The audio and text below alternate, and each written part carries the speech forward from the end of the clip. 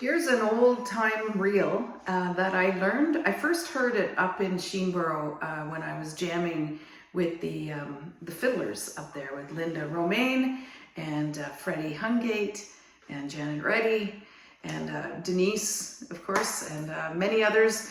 But they play this tune that they learned off of Ivan Hicks called, I don't think Ivan wrote it, but it's on one of his albums, and it's called Jeremy's Reel. It's a fun little tune to play. So it's in the key of G, and here we go.